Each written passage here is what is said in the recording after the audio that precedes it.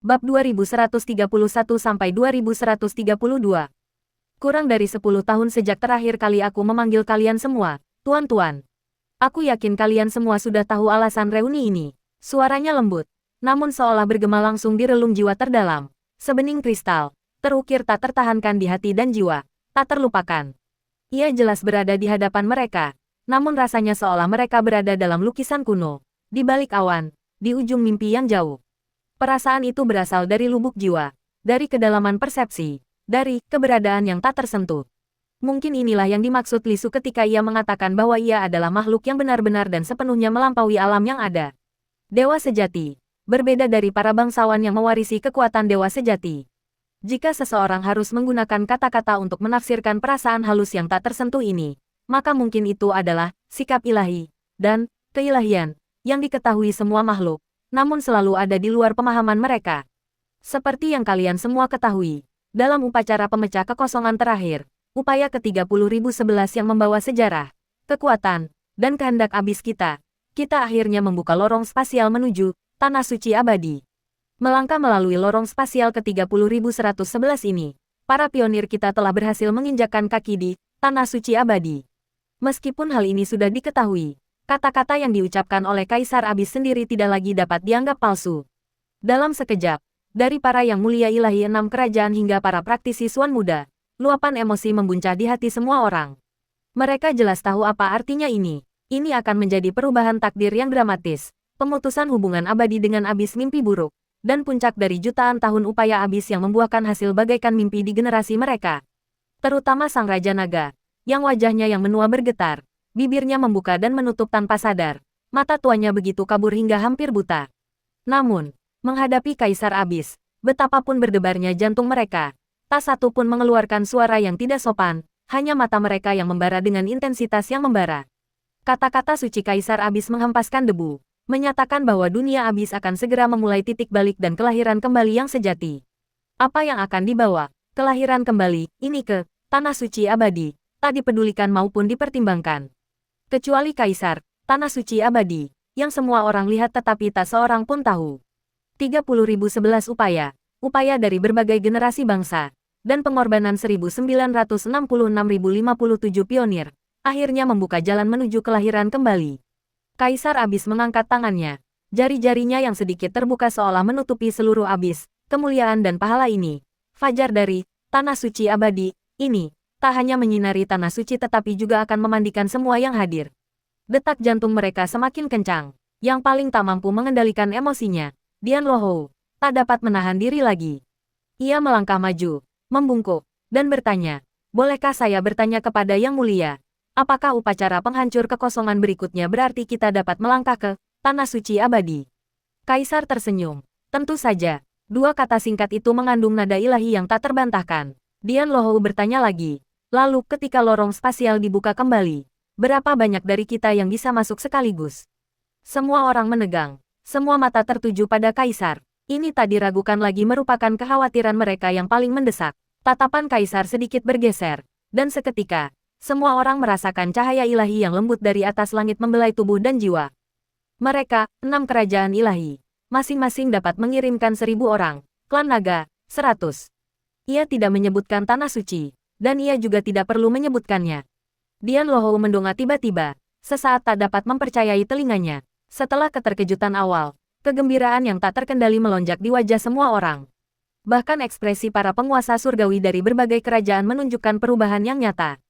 1.000 orang, jumlah ini sangat kecil bagi makhluk yang dihuni oleh kerajaan-kerajaan ilahi, namun jauh melebihi ekspektasi mereka. Upacara pemecah kekosongan yang diadakan setiap 50 tahun dan menggabungkan kekuatan kerajaan-kerajaan ilahi dan ras naga, selalu membuka lorong-lorong spasial yang hanya dapat menampung beberapa orang. Upacara pemecah kekosongan 30.011 sebelumnya semuanya bersifat eksplorasi, jadi wajar saja, mereka tidak perlu mengerahkan seluruh kekuatan mereka. Kini setelah jalan di depan terbuka, lorong spasial berikutnya pasti tak tertandingi sebelumnya, tetapi mereka tak pernah menyangka akan sebanyak ini. Kali ini, setiap kerajaan ilahi dapat membawa 100 orang ke pertemuan Tanah Suci.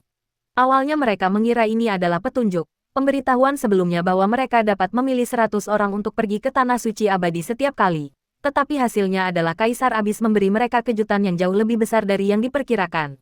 1000 orang mungkin sedikit, tetapi bagi inti setiap kerajaan ilahi, itu lebih dari cukup. Selama intinya tetap utuh, kerajaan ilahi dapat berakar dan terus berkembang dengan aman di tanah suci abadi.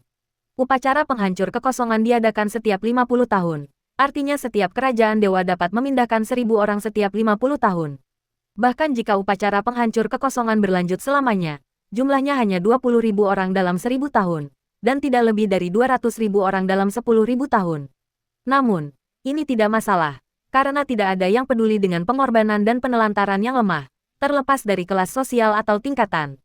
Bahkan, dibandingkan dengan yang kuat yang tidak terlalu takut pada Abis, yang lemah lebih membutuhkan dan merindukan tanah suci abadi.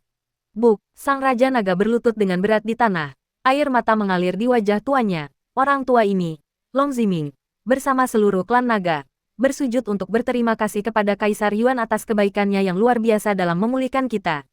Korupsi Abis terhadap ras binatang jauh melampaui manusia. Namun, jika mereka bisa pergi ke, atau kembali ke, tanah suci abadi, tempat leluhur mereka tinggal, klan naga tak perlu lagi menunggu kepunahan dalam keputusasaan, dan pasti akan kembali ke tahta semua roh di masa depan. Tanah suci abadi akan menjadi penyelamat yang jauh lebih besar bagi klan naga daripada bagi umat manusia. Kegembiraan Raja Naga jauh melampaui kegembiraan 6 kerajaan ilahi. Raja Naga, tak perlu seperti ini. Kaisar Yuan tersenyum tipis. Klan naga juga pantas mendapatkan pujian atas hasil hari ini. Tak perlu berterima kasih padaku. Saat hati Yun Ce bergetar, perasaan hangat tiba-tiba datang dari bahunya. Meng Kongchan dengan lembut meletakkan tangannya di bahunya, menatap ke depan, dan berkata dengan lembut, betapa beruntungnya aku. Ayah, telah diberkati oleh leluhur kita dan Yuaner akan menggantikanku. Begitu aku mengirim Yuaner ke tanah suci abadi, hidupku akan sempurna. Aku tak akan menyesal. Yun Ce tak mengalihkan pandangannya, dan berkata lirih, aku tak berani bicara enteng tentang masa depan. Tapi, jika aku bisa menginjakkan kaki dengan aman di tanah suci abadi, aku pasti akan berada di sana, melindungi semua yang kusayangi, tanpa ragu. Tanpa ragu, Meng Kongchan menepuk bahu Yun Ce pelan dan tertawa. Bagus sekali. Bahkan tanpa menggunakan jiwa suciku, aku bisa merasakan kemurnian dalam kata-katamu. Aku percaya jika itu kau, Yuaner, baik Abis maupun tanah suci abadi akan mengabulkan keinginanmu. Pasti, Yun Ce pun tersenyum. Di sudut di belakang kerajaan suci bintang bulan, Pan Buang perlahan mengangkat kepalanya. Berbeda dengan kegembiraan dan kegelisahan orang lain, masih tak ada cahaya di matanya yang gelap.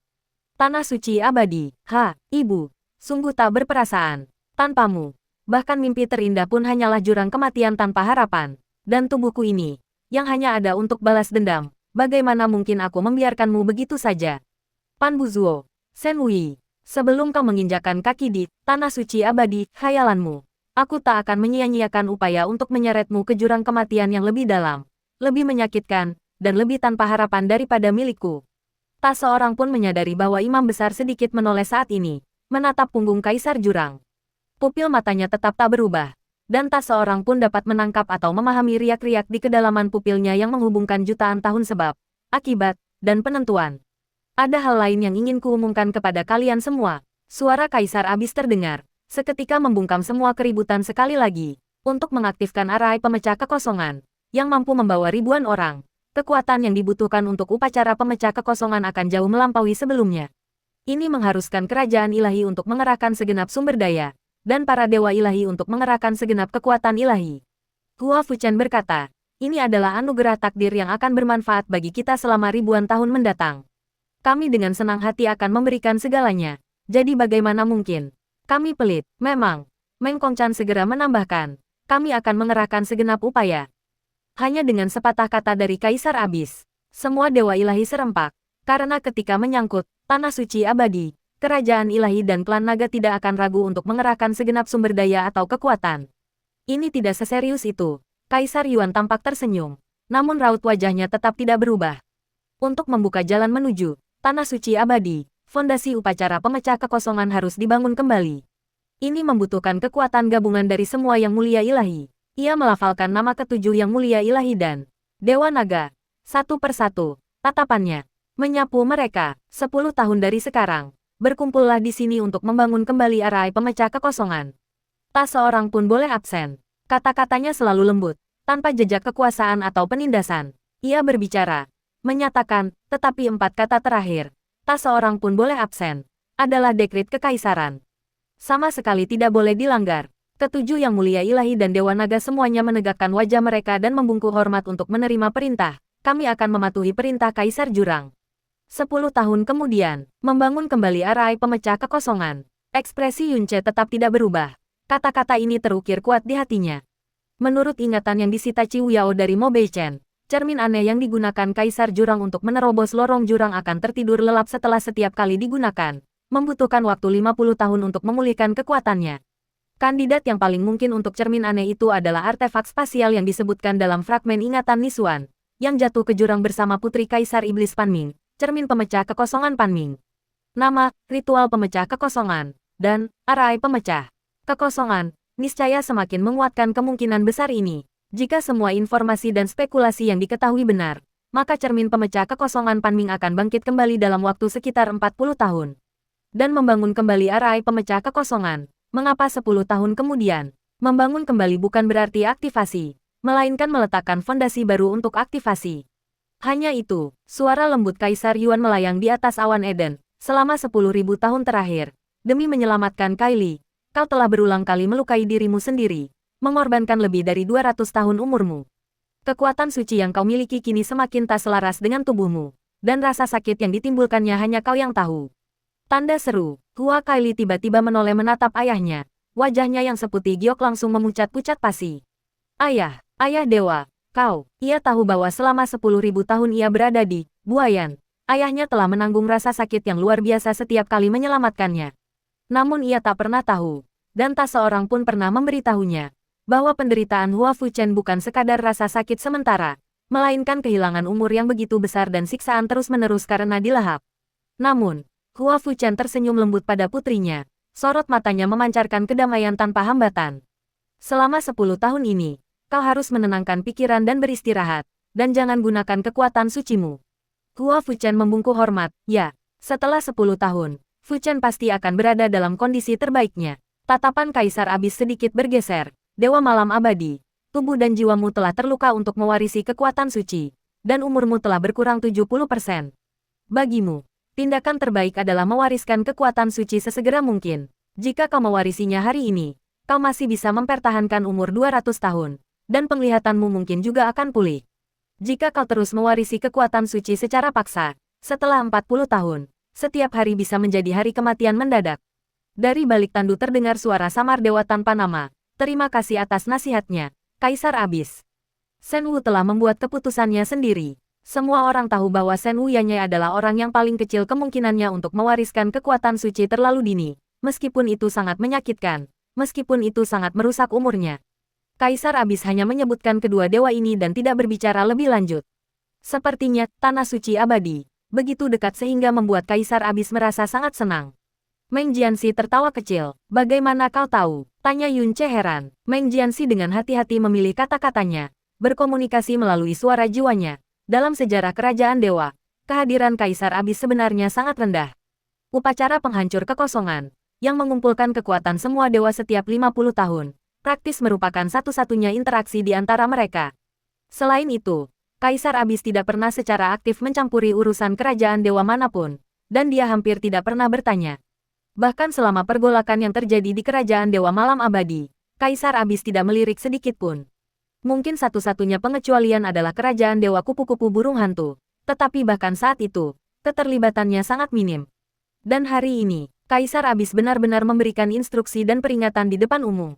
Meng Jianxi tersenyum tipis. Aku melihat dengan jelas ekspresi terkejut di wajah pamanku dan yang lainnya tadi. Sepertinya ini pertama kalinya mereka menyaksikan hal seperti itu.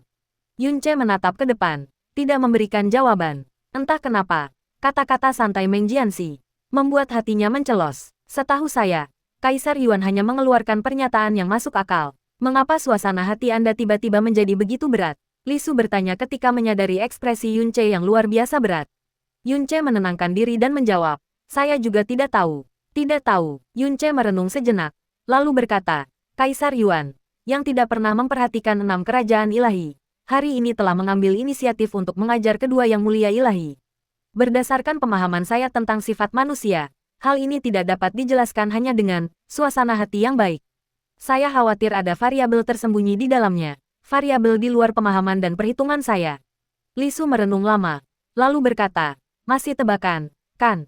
Ya, langkahmu terlalu hati-hati. Jika kau membelenggu diri sendiri di setiap langkah, kau mungkin akan terhimpit oleh tekanan yang kau berikan pada dirimu sendiri bahkan sebelum mencapai tujuan. Mungkin sebaiknya kau kesampingkan kebingungan yang samar untuk sementara dan berkonsentrasi menyelesaikan tugas terpenting yang ada.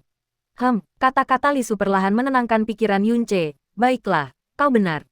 Setelah beberapa saat, suara halus Li Su bergema di lautan jiwa Yunce lagi. Yunce, jangan selalu membuat dirimu kesepian. Dan jangan terus-menerus membebani tubuhmu yang sudah berat dengan belenggu yang lebih berat lagi. Di dunia ini, kau bukan lagi hanya seorang kaisar yang dibebani tanggung jawab menyelamatkan dunia, tetapi juga seorang ayah dan suami. Putrimu, meskipun ia tak pernah bepergian denganmu, kalian berbagi garis keturunan yang tak dapat dipisahkan. Istrimu, meskipun ia telah melupakanmu, sebab dan akibat serta masa lalu di antara kalian tak terhapuskan bahkan oleh debu laut berkabut. Yunce mengangkat sebelah alisnya, cukup terkejut dengan kata-kata Li Su. Kata-kata ini sungguh menyentuh. Mungkinkah, tanpa sepengetahuanku, keilahianmu yang baik hati sebagai pencipta kehidupan telah diam-diam bangkit? Aku hanya menyatakan fakta yang kau dan aku sama-sama tahu. Lupakan saja. Alis Yunce yang terangkat kembali terkulai, diiringi gumaman. Jawaban yang membosankan, seperti yang diharapkan darimu. Membosankan. Ya, Li Su tampak agak terganggu dengan penilaian ini. Ia terdiam sejenak, lalu berkata lirih, selain mereka, aku akan selalu bersamamu sampai akhir perjalanan ini. Entah kita berhasil atau gagal. Tawa pelan menggema dari lautan jiwa Yunce. Ia berkata, tampak tak berdaya, namun juga menggoda. Saat kita kembali ke dunia asal, aku harus berusaha mengajarimu berbicara. Saat menghibur seseorang, kata kegagalan, meskipun kau tahu itu ada, tidak boleh diucapkan. Baiklah, aku akan mengingatnya. Li Su menjawab lirih. Namun, hal ini membuat suasana hati Yunce jauh lebih rileks. Jadi, aku telah mengatakan semua yang ingin kukatakan. Dengan kata-kata ini, Kaisar Yuan menyatakan akhir dari pertemuan hari ini. Sangat sederhana dan singkat, tetapi kenyataannya, mengingat pertemuan Tanah Suci yang tak terhitung jumlahnya sepanjang sejarah Abis, kata-kata Kaisar Abis hari ini bisa dibilang panjang. Yunce menyembunyikan cahaya aneh di matanya. Kata-kata Kaisar Abis berakhir di sana, tanpa menyebut Kaisar Kabut sekalipun. Selama bertahun-tahun, ia telah dengan susah payah menciptakan berbagai narasi di Laut Kabut, menggunakan kemampuan uniknya untuk mengendalikan debu abis dan kesenjangan informasinya yang sangat besar di luar pemahaman umum, menyebabkan makhluk-makhluk abis mempertanyakan keselamatan Kaisar Abis dan keselamatan dunia, dan juga menggoyahkan keyakinan mereka yang semula agung dan sempurna kepada Kaisar Abis. Terlebih lagi, pengaruh ini masih menyebar dan menguat selangkah demi selangkah. Keyakinan tak diragukan lagi merupakan fondasi terpenting. Ini adalah sesuatu yang tidak dapat ditoleransi oleh kaisar manapun. Namun, Kaisar Abis tidak memerintahkan 6 kerajaan ilahi untuk menekannya. Juga tidak menjelaskan fitnah Kaisar Kabut. Dari awal hingga akhir, ia tidak menyebutkan sepatah kata pun tentang hal itu. Seolah-olah ia sama sekali tidak peduli dengan keberadaan Kaisar Kabut dan semua yang telah ia ciptakan. Imam besar berbicara saat itu juga, Yang Mulia, sejak pertemuan terakhir berskala sebesar ini, para pewaris ilahi dari berbagai kerajaan ilahi telah mengalami beberapa perubahan lagi. Apakah Anda tertarik untuk mengamati perilaku para pewaris ilahi saat ini? Selain upacara penghancur kekosongan yang diadakan setiap 50 tahun, yang hanya dihadiri oleh Yang Mulia Ilahi dan Raja Naga, pertemuan formal semacam itu di Tanah Suci selalu melibatkan kompetisi untuk pewaris ilahi. Tentu saja, Yang Mulia tersenyum tipis, tatapannya tak tergoyahkan, namun tampak lembut menyapu setiap pewaris ilahi. Para pewaris ilahi dari generasi ini bukan hanya fondasi kerajaan ilahi di masa depan, tetapi juga tunas-tunas baru yang akan mekar di Tanah Suci abadi. Sikap Anda saat ini akan menentukan kecemerlangan yang akan Anda tunjukkan di era pertama Tanah Suci abadi. Yang Mulia, yang sebelumnya hanya seorang pengamat, jarang memberikan harapan yang begitu hangat dan berharga. Hal ini memicu semangat juang dan cahaya aneh di mata para putra dan putri ilahi yang berkumpul. Ya, mereka adalah generasi pertama putra-putri dewa, yang melanjutkan upaya para pendahulu mereka selama jutaan tahun, akan melangkah ke Tanah Suci abadi, dan juga akan menjadi generasi pertama dewa tertinggi yang dinobatkan di Tanah Suci abadi. Keberuntungan dan kemuliaan seperti itu, tentu saja pantas mendapatkan sikap dan cahaya yang paling mempesona. Imam besar mengangguk patuh, maju setengah langkah, lengannya yang besar terangkat ke udara, lalu langsung turun, dan seberkas cahaya redup jatuh dari langit, mendarat di wilayah tengah puncak awan Eden. Seberkas cahaya itu hampir transparan, hanya dengan cahaya perunggu redup yang perlahan mengalir di dalamnya. Seberkas cahaya ini mengisolasi kekuatan, tetapi bukan tubuh. Meninggalkan seberkas cahaya dianggap sebagai kekalahan. Yang ditantang hanya boleh mengakui kekalahan, tidak boleh menolak untuk bertarung. Mereka yang memiliki tingkat kultivasi berbeda dapat meminta untuk diseimbangkan ke alam yang sama. Pertempuran ini untuk menunjukkan sikap mereka yang mewarisi kekuatan dewa, bukan untuk bersaing memperebutkan supremasi. Dan tentu saja bukan untuk menyembunyikan niat jahat. Orang dengan sikap paling menonjol akan mendapatkan satu permintaan yang dikabulkan oleh Kaisar Abis. Imam besar secara pribadi mengumumkan aturan-aturan tersebut, ringkas dan langsung ke intinya. Setiap kata bergema seperti dekrit ilahi. Ia tidak perlu menyebutkan aturan-aturan dasar seperti tidak boleh ada campur tangan eksternal, tidak boleh menggunakan cara-cara eksternal, dan tidak boleh menggunakan kekuatan berlebihan secara jahat. Karena tidak seorang pun berani melanggar batas di hadapan Kaisar Abis. Penghalang itu lebarnya kurang dari 10.000 kaki, luar biasa kecil, mirip dengan tahun-tahun sebelumnya, jelas dirancang untuk menentukan pemenang dalam waktu singkat. Sudah dimulai, bisik Meng Kongchan. Yuaner, kau bukan anak dewa, pertempuran ini tidak penting bagimu, tetapi perhatikan baik-baik. Ini adalah kesempatan terbaikmu untuk secara langsung memahami para pewaris dewa dari berbagai bangsa. Dalam setiap gerakan, yang mengalir bukan hanya energi yang mendalam, tetapi juga tekad dan temperamen mereka. Ketika kau mencapai beberapa keberhasilan dalam kitab suci tenun mimpi di masa depan, kau akan memahami makna sebenarnya dengan lebih baik. Di sisi lain, mata Meng Jianxi sudah berkilauan dengan cahaya perak, bersemangat untuk mencoba. Yunce mengalihkan pandangannya ke Hua Caili. Seolah telepati, tatapan Hua Caili juga tertuju padanya. Saat mata mereka bertemu, Yunce langsung menyadari niat pedang di matanya. Dia ingin menantang Dian Zhouxi. Dengan kultivasinya di tingkat kedua alam pemusnahan ilahi, tentu saja dia bukan tandingan Dian Zhouxi, yang berada di tingkat ke-8 alam pemusnahan ilahi. Namun, dalam pertarungan memperebutkan anak dewa, kultivasi harus diseimbangkan pada tingkat yang sama. Menghadapi Dian Zhouxi, yang berada di tingkat yang sama, dia memiliki keyakinan dan tekad yang cukup. Mungkin, dalam pikirannya yang masih naif, mengalahkan Dian Zhouxi akan menambah nilai tawar untuk masa depannya bersama Yunce. Meskipun dalam pandangan Yunce, hal itu tidak memiliki arti praktis terlepas dari menang atau kalah. Jika ia bisa menjadi yang tercantuk dalam kata-kata imam besar, Kaisar Abis akan mengabulkan satu permintaannya. Yang tak diragukan lagi ia inginkan adalah Kaisar Abis menarik kembali perjanjian pernikahan yang telah ia janjikan secara pribadi.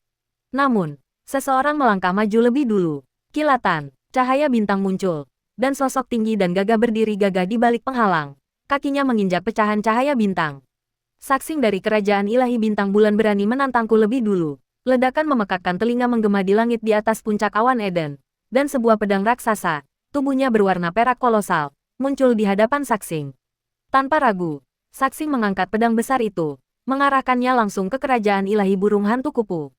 Pan Buzuo, putra ilahi burung hantu kupu, dengan rendah hati memohon bimbinganmu. Raung, bayangan serigala biru muncul di belakang Saksing. Kepalanya melolong menembus langit. Bayangannya yang megah menyelimuti pedang serigala raksasa itu dengan cahaya biru. Pan Buzuo melangkah maju. Cahaya hitam yang berkobar, bagaikan api yang membakar, membumbung dari tubuhnya. Yang ditantang tak bisa menolak. Sebagai putra dewa, kalah adalah satu-satunya pilihan, bukan mundur. Dengan cepat ia berbalik, muncul di balik penghalang, berhadapan langsung dengan putra dewa bintang. Pada saat yang sama, di balik kerajaan Dewa Bintang Bulan, Pan Buang perlahan mengangkat kepalanya. Tatapan penuh kebencian tak berujung menusuk Pan Buzuo. Namun di saat berikutnya, semua emosi terpendam di balik matanya, tak sedikit pun luput. Tatapan Ki Heng Divine Venerable dan Tianxing Divine Venerable pun bertemu. Sebuah suara ilahi dari Ki Heng Divine Venerable menunjuk langsung ke Tianxing Divine Venerable. Sebagai putra dewa, benar-benar terlibat dalam pertengkaran kecil demi anak terbuang dari Xiao Diku. Penerus Tianxing Divine Venerable yang dididik dengan hati-hati. Sungguh luar biasa. Wu Sensing menanggapi dengan senyum tipis. Menurutku, menunjukkan hasrat sesekali belum tentu buruk. Jauh lebih baik daripada membesarkan serigala yang bahkan akan meracuni kerabat sedarahnya sendiri. Bagaimana menurut Ki Heng Divine Venerable? Pan Yuseng mendengus dingin, tanpa menjawab lebih lanjut. Bintang bulan dan penghancur bintang, kupu-kupu burung hantu dan Pan Buzuo. Keduanya berada di tingkat keempat alam pemusnahan ilahi. Tak perlu seimbang. Mulailah, begitu suara imam besar jatuh. Pan Buzuo langsung menyerang. Cahaya hitam bagaikan sinar iblis yang merobek, menusuk langsung ke arah penghancur bintang. Meng Kongchan berbisik, anak dewa. Bintang mengolah kitab suci penjara serigala surgawi. menghunus pedang yang berat.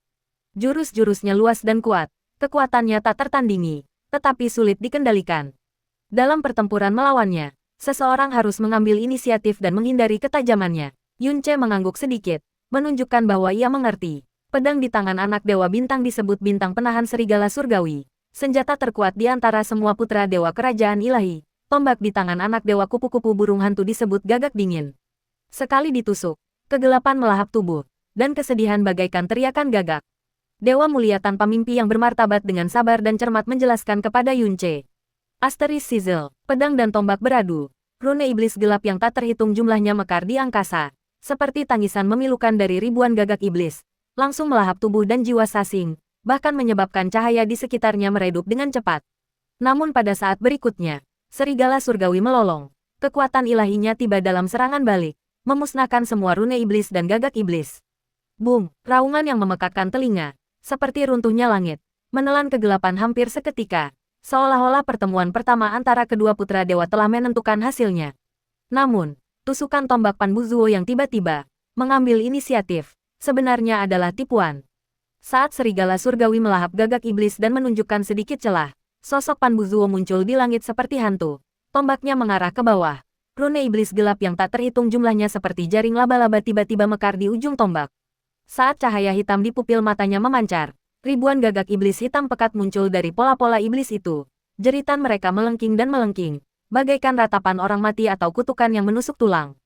Mereka menyerbu ke arah Sasing, bertekad untuk mencabik-cabik dagingnya dan melahap jiwanya.